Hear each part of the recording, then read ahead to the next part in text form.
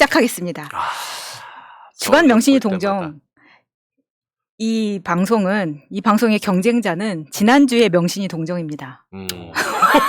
왜냐면 지난주에 명신이를 이번 주에 명신이가 이겨야 되거든요. 항상 그렇죠. 그 조회수가 굉장히 신경이 쓰이는데, 그래서 오늘 제가 자료를 조금 줄이고 좀 천천히 가야겠다는 생각을 했어요. 지난주에 막 숨 쉬어 막 이렇게 혼자 막 달리시더라고요. 네, 그렇게 하면 안 되겠다 싶어가지고 사진을 즐길 수 있는 기계도 좀 주시고. 네, 그래야겠어요. 네. 그래서 오늘은 대통령 김건희라는 이름으로 좀 준비를 해봤습니다. 대통령 김건희 맞는 얘기죠. 네, 그 우리가 시사 시간에 조금 빼먹었던 이슈들이 있었거든요. 김건희 우리 언니에 대해서 지난주에 27일, 28일에 인도네시아 대통령 조코 위도도가 우리나라를 방문을 했습니다. 그래서 대통령이 방문을 했는데 많은 사진들이 뿌려지진 않았어요. 대개의 사진들이 지금 화면에 보시는 것처럼 이렇습니다. 잘 보시면 누가 대통령이냐 도대체. 저게 진짜 구도가 형편없이 무너져가지고 마치 그 동네 길 가던 분이 그냥 찍어준 사진 같아요. 지금 휴대폰으로 그냥. 그래서 제가 확인을 했거든요. 이게 진짜 대통령실 기자단이 찍은 건가. 네. 맞습니다. 와. 그래서 지금 이제 사진 하나를 자세히 보면은 구도가 물론 대통령도 나와야 되지만 우리 명신이 언니도 나와야 되는 거예요. 저 구도에서는 왼쪽이 잘려야 됩니다. 원래 둘만 나와야죠. 대통령만. 그렇죠. 아니면 이쪽에 인도네시아 영부인도 나오든가. 맞습니다. 그리고 왼쪽 3분의 1이랑 오른쪽 3분의 2가 왜 그림체가 달라요? 왜 느낌이 완전 다른데요, 지금? 술잔 뭐예요, 저거 술잔 앞에 있는 거는? 그러니까 이 보통 대부분의 사진이 이런 식인데 저는 깜짝 놀랐어요. 이렇게까지 왜? 그러니까 사람들이 야 이거 구도 봐라 이게 말이 되냐 이런 반응들이 굉장히 많았었거든요. 예전에 그런 사진이 있었죠. 대통령이 앉아있고 마치 공부하는 학생을 엄마가 지켜보는 것처럼 위에서 맞아요. 굽어보던 사진. 그것도 함부로 보이지 않습니다. 원래 그렇게 안 돼 있습니다.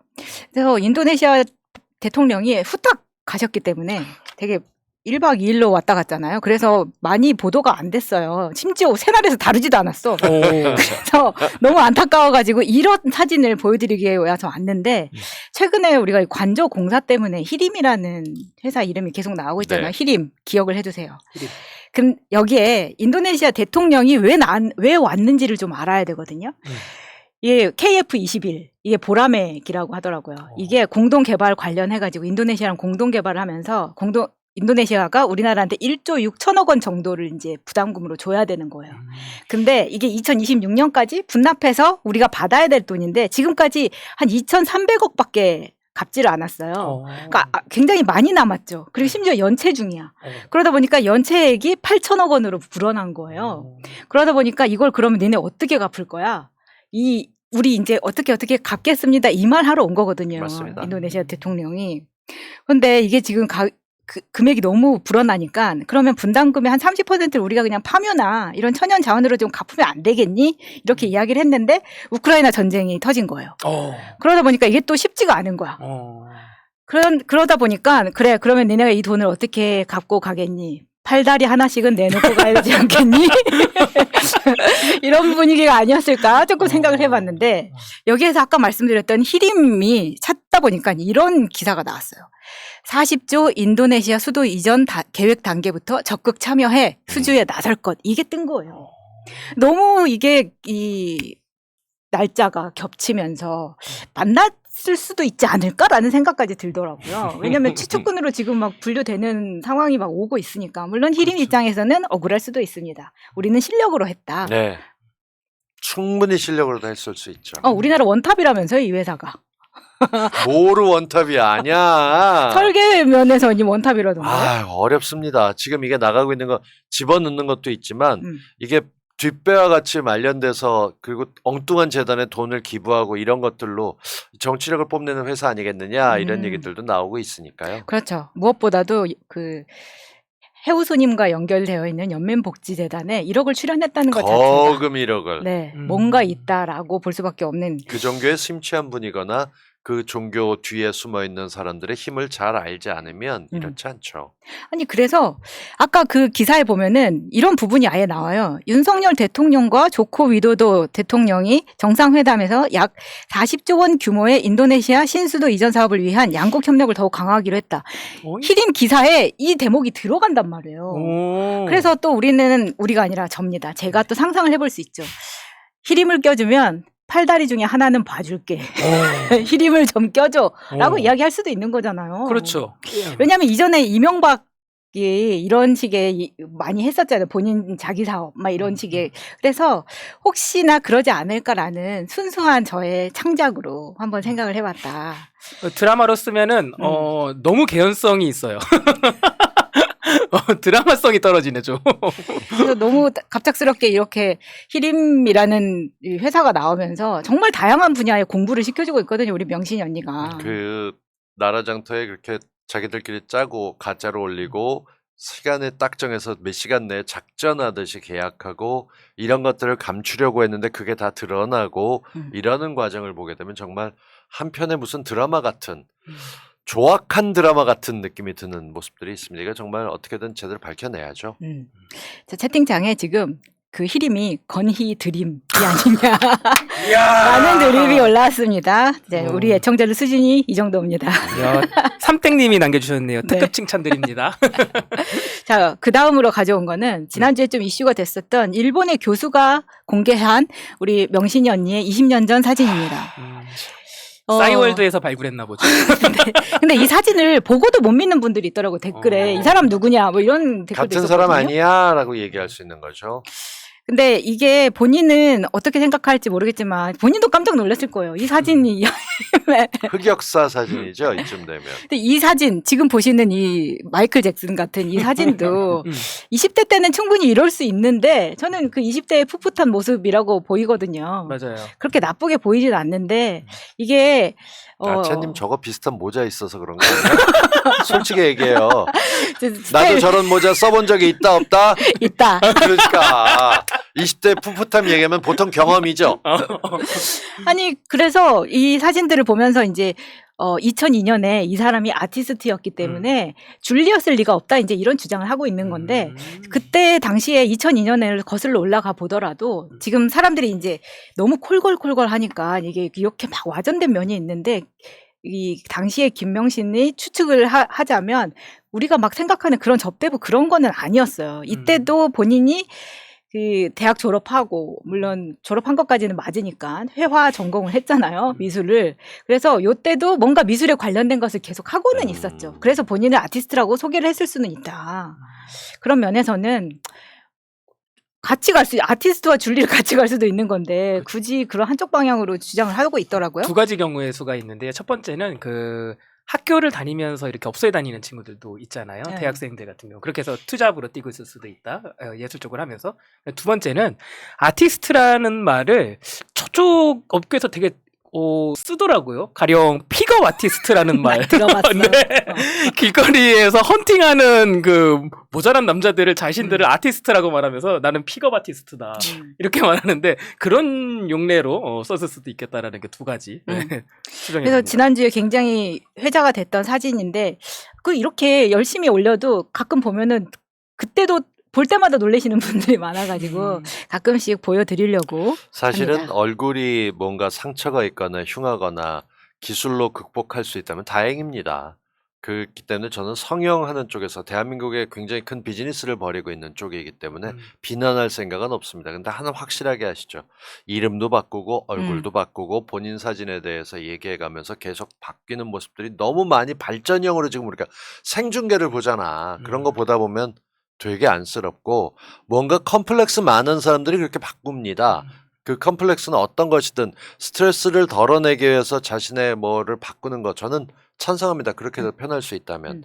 김건희가 편안해야 대통령 김건희가 편안해야 윤석열 씨도 편안하지 않을까 이런 생각을 하고 있으니. 제 사진도 20대 때 사진 나오면요. 네. 다 사람들 반응 이럴 거예요. 왜? 공개해. 제가 이 얘기를 하는 거는 영신이가 부러워서 하는 겁니다. 아. 일단 성공했잖아. 아. 이 필드에서는 사실 롤모델로 등극하고 있기 때문에 그래서 도대체 그럼 궁금하잖아요. 이 언니는 이렇게 수술을 잘했는데 어디서 했을까? 근데 그 사실을 언니가 직접 이번에 밝혀주셨어요. 사진을 보시겠습니다. 우리 은우님이라고 하죠. 의느님 대단하죠. 자, 안티에이징 전문 박동만 원장입니다. 아. 이번에 그 대통령실에서 주치의로 됐다. 그러니까 사실은 동문이 돌린 것 같아요. 박동만이 주치의가 됐다. 축하해 주라. 이제 이런 글이 돌면서 뭐야? 성형외과가 어떻게 주치의가 돼? 이제 이렇게 되면서 발칵 뒤집어졌어요. 보통은 내과, 심장, 호흡기 뭐 이런 쪽에서 소화기라든가 약 있는 부분들 내과가 기본입니다. 수술해야 되는 것들은 협정을 하면 되니까. 성형 외과는 외과 중에서도 상당히 특수한 분야인데 네. 병원비 아끼겠다는 계산이 보이잖아. 아니 그래서 이제 이게 문제가 되니까 주치의가 아니라 자문의원이다. 자문의다. 이제 이렇게 간 거예요. 근데 자문이면은 박근혜랑 똑같은 거예요. 박근혜 때도 주치의가 있었고 마늘 주사, 신데렐라 주사 놓던 김영재 성형외과 그 의사는 자문이었습니다. 금실 요법하고 뭐. 네, 이거 실 그렇죠. 리프팅 이렇게 맞아, 하고. 맞아. 그러니까 그때만 해도 리프팅이 실로 하고 했는데. 싶구나. 네. 막 이렇게 손으로 이러면서. 너무 아니 왜냐면 내가 이 박동만 원장의 도대체 뭔데? 하고 인스타그램을 찾아 들어가 봤다가 네. 1시간을 봤어 내가. 어떡해. 예약할 뻔했습니다. 야. 제가 왜 예약을 할 뻔했는지 여러분께 보여드리겠습니다. 자, 일단 이랬던 얼굴이 이렇게 바뀌는 거예요. 이거는 거기서 직접 올려놓은 거예요? 네, 직접 본인이? 올리는 거고 이게 외국인이거든요. 중국 분인가 그래요. 근데 느낌이 그런데 지금 보면 전형적으로 윗부분도 나이 드신 것들이 다 돼 있고 턱에도 없고 그런데 이마하고 턱하고 눈하고 이건 뭐 완전히 다른 사람입니다. 이쯤 되면 공항에서 통과가 안 됩니다. 진짜.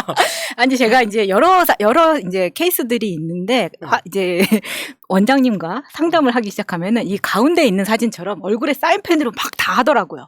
그래서 거기에 상담받는 사람들은 다 이러고 있는 거예요. 근데 이 상담을 받고 이제 수술을 어떻게 하냐면 제가 또 이 시뮬레이션을 봤어요. 얼마나 아픈지를 보려고. 근데 이게 너무 생각보다 너무 간단한 거예요. 그러니까 여기 저를 좀 비춰주세요. 굳이? 여기를 예. 이렇게 딱 칼로요? 귀로. 그래서 상처가 안 보이는 거예요. 예. 그리고 여기를 들어서 안에 있는 피부를 당기고 고정을 시키는 거예요. 네. 그러면 이렇게 피부가 이렇게 딱 되는 거예요. 근데 이 보면은 이 수술을 하면 얼굴이 대략 비슷해지거든요. 당기는 이 부위 때문에 비슷해지거든요. 그래서 왜 이 사람을 택했는지 알겠다. 이게 딱 오는 거예요. 그리고 이 성형외과에서 귓볼 수술도 같이 해주더라고요. 갑자기 궁금증이 풀리네. 귓볼. 우리 주목하고 내가 남의 여자 귓볼을 들여다볼 일이 없는데 하도 방송에서 수술했다 뭐 했다니까 관심 갖고 봤는데 그 수술이 실제로 그렇게 이루어진 결과 중계 과정도 나오죠. 예, 네. 결국은. 그래서 만약에 이제 뭐 이거는 했다 안 했다가 아니라 주치의나 뭐 자문의로 쓸 정도면 당연히 아는 사이일 거고 나라면 밖에 잠깐 외출하고 비공개로 외출했을 때 이렇게 외출했겠다 싶은 거예요. 이때 그러네. 이때 당시에 왜 저렇게까지 막 이렇게 그렇죠. 했었거든요. 근데 여기를 자세히 보시면 귀 쪽을 이렇게 완전히 가리는 게 나오거든요. 저건 알프스 소녀 하이디 이후에 저렇게 머리를 가리는 이유는 본 적이 없어요. 물론 제가 지금 말씀드리는 거는 부러워서입니다. 여러분. 네. 네. 그래서 이게 우리가 그러면은 이걸 또 비교를 이거 제가 사진 다 찾아서 비교한 거예요. 야. 보십시다. 정말 양쪽 귀가 잘 나온 사진만 가지고 했는데 잘 보시면은 칼귀일 때 우리가 하고. 제일 처음에 봤던 윤석열 옆에 있던 그 당시에도 미모가 있었던 여인은 평범한 귀입니다. 그렇죠? 네. 왼쪽 위에. 그러고 났는데 지금 오른쪽으로 있는 사진을 보게 되면 갑자기 그야말로 부처님 귀처럼 이게 좀 늘어져 있죠. 뭘 윗부분도 좀 달라졌습니다. 이게 연골 부분이니까 이렇게 달라질 수 없는데. 그리고 제가 이거를요. 그 김건희 여사 귀 성형 얘기를 듣고 귀를 본 게 아니고 전 반대로 접근했어요. 귀가 왜 이렇게 눈에 띄지? 제 눈에 너무 띄는 거예요. 네. 그렇게 해서 검색해 보니까 성형했다는 얘기를 전 역으로 들었어요. 이렇게. 근데 이게 보면은 되게 아플 것 같은 거예요. 보면은 귓볼이 빨갛고 귀걸이를 못 견뎌내는 것 같은. 근데 귓볼 수술은 굉장히 간단하게 끝난다고 합니다. 그리고 귓볼은 상대적으로 귀에 구멍을 뚫었을 때 통증을 별로 남자분들도 잘 못 느끼는 부분이고 맞아요. 근데 여기서 지금 보면서 느껴지는 게 몇 년 전 김건희 씨하고 지금 보게 되면 볼살은 줄었고 턱 있는데 살 있는 것들이 바뀌면서 눈 모습도 조금 달라졌습니다. 턱을 잘 보세요. 턱살. 턱 부분 있는 데가 턱이 좀 더 뭐 바뀌면서 팔자주름 있는 쪽들 바뀌는데 이건 광대를 심하게 조정한 게 아닌가라는 생각이 들기도 하고 모든 감쌌던 부위는 시술이 이루어졌다. 이렇게 보면 되지 않을까 싶습니다. 근데 참 잘 됐다. 부러워서 하는 얘기다. 다시 한번 강조를 드리고요. 이게 그렇게 하다 보니까 전체적으로 이거는 저라도 할 때 그냥 한꺼번에 하지. 왜냐면 이게 보통 이게 최근에 다 한 수술이라는 생각이 들어서 근데 이 사람을 이렇게까지 주치 외에 자문의로까지 데리고 들어가는 것은 진짜 말씀하신 대로 비용도 어느 정도 굉장히 근데 세고 사실 되는 거죠. 얘기해 놓고 나서 그 소문이라는 게 그런 거죠. 그 영부인이 여기서 한대. 그렇죠. 확실해라고 얘기하게 되면 그게 퍼져나가는. 맞아요.